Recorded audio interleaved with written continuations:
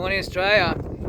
So I'm just going to do a deposition, make allegations of crime and corruption against Australian, federal, Queensland governments and corrupt law firms and lawyers. It is by allegation deposition. Obviously I back everything up with facts, rules and law. So my bank account was hacked, got all my money stolen out of my bank account, only 10 grand. Made allegations, told federal police, state federal government, and obviously CBA, the banks, and everything like that.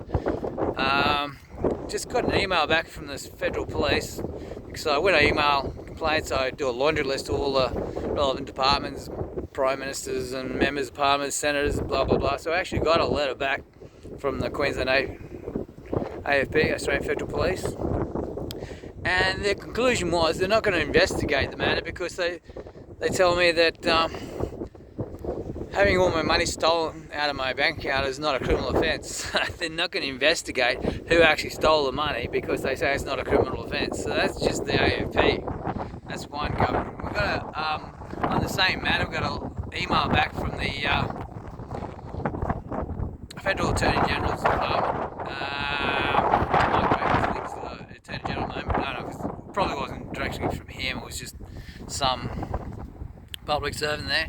And they said, well, they won't refer it to the federal police because the federal police don't have to do anything if they don't want to. They don't have to investigate anything, crime and corruption, if they don't want to. Now, obviously, as the Commonwealth of Australia Constitution Act Clause 5 says, all the laws made in Parliament are binding to everybody in the Commonwealth of Australia, including the courts and the judges and police. But unfortunately, we don't have any access to rule of law in Australia. All we have is organised crime and corruption. The courts literally rule by fear and favour. Nothing to do with law, facts, rules, laws, the truth, the whole truth, nothing. That doesn't apply in Australian courts. So, that matter aside, the other matters, my mum died in 2020, January 2020, no, February actually, 2020 to 16th I think, and basically she had documents in a person, in a bedroom, in just a drawer, that provided for me, to provide for her grandson, my son Oscar, and the documents were stolen. My nephew engaged Nicholson solicitors who refused to file the documents, refused to give us the documents to file, and of course after 9 months we had to put a caveat on the matter and go before the courts because the Queensland Attorney General's Office of Crimes Corruption Commission, Legal Services Commission, Human Rights Commission refused to intervene. Public Trust refused to intervene as well. So we got one response from the Attorney General's Office and says it matters before the court, and it actually wasn't before the court. It was a complaint about the Legal Services Commission and Crimes and Corruption Commission, and blah blah blah, Human Rights and Public Trust for not acting as per their duty and refusing to do their duty in Queensland law, Section 2 of the Criminal Code or Crimes Act, Section 200 is it's a criminal offence to refuse to do their duty. So we've had that, and 3.5 years later, all these corrupt lawyers and judges. We've been before about, before one judge, Judge Crow, then appeals court 3 judges, and then another corrupt judge for family provisions. We didn't even file that application, and of course all these judges just made rules and made orders and costs against us. Something like first off was 75,000, then it was 34,000, then 15,000. What that adds up to is 5, 9, 14, 24, $124,000 costs against us just because we tried to recover the documents and file them into the public courts that were stolen, and so we still haven't got the recovered documents or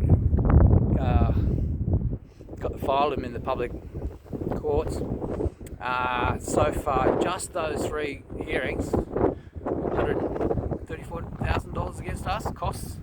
And then, so Judge Crowe J ordered also made up his own rule of law that if the documents, anyone wants to file the documents or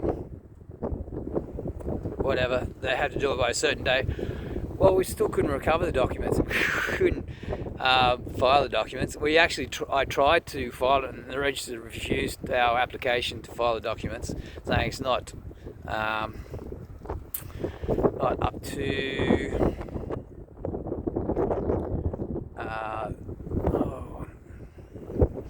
the rules, as per the rules. But the rules actually clearly state that any documents need to be filed that might be, or maybe a will or a testamentary statement. So yeah, we've got no access to rule of law at all in Queensland for that matter. So Jared Andrew Mobbs was appointed as administrator for the estate, not my mum's solicitors, not public trust.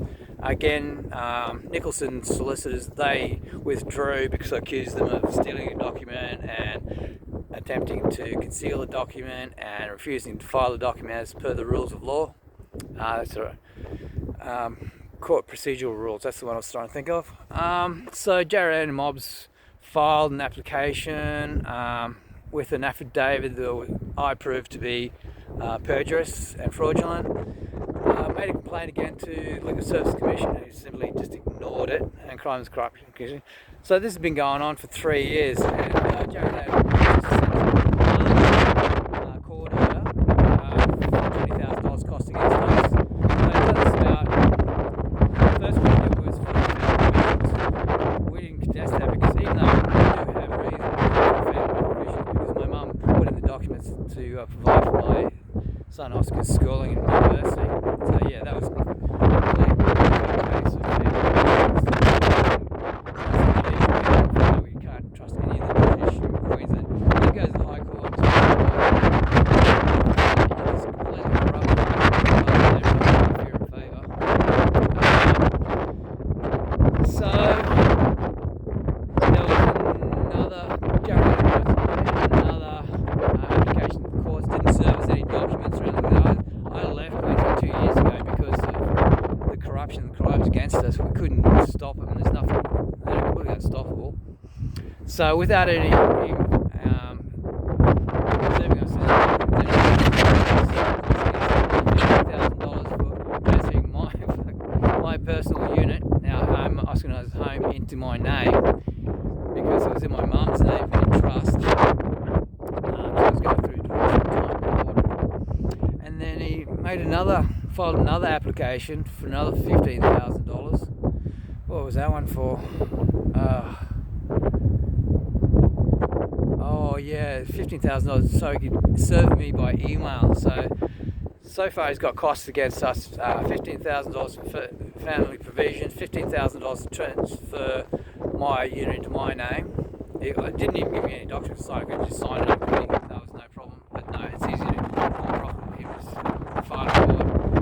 Another $15,000 for service by email. That's $45,000 straight up there.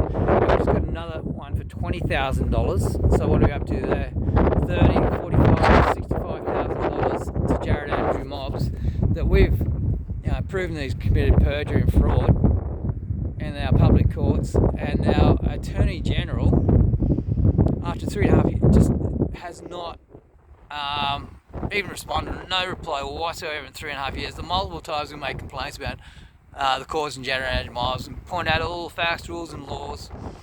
They even had the Prime Minister's office write to the Premier, Anastasia Palaszczuk, who wrote back to us and saying, you make a complaint or file a complaint with the Attorney General, and fully well known, because when I file a complaint I do the full laundry list: Premier, Prime Minister, Attorney Generals, state and federal senators, members of Parliament. Of course, our members of Parliament, we're in a Liberal electorate.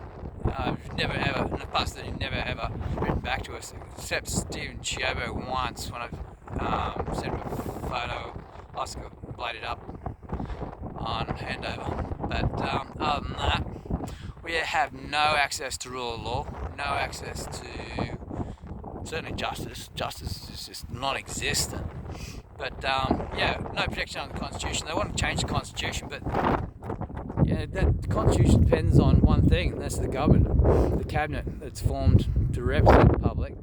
And the cabinet is the generals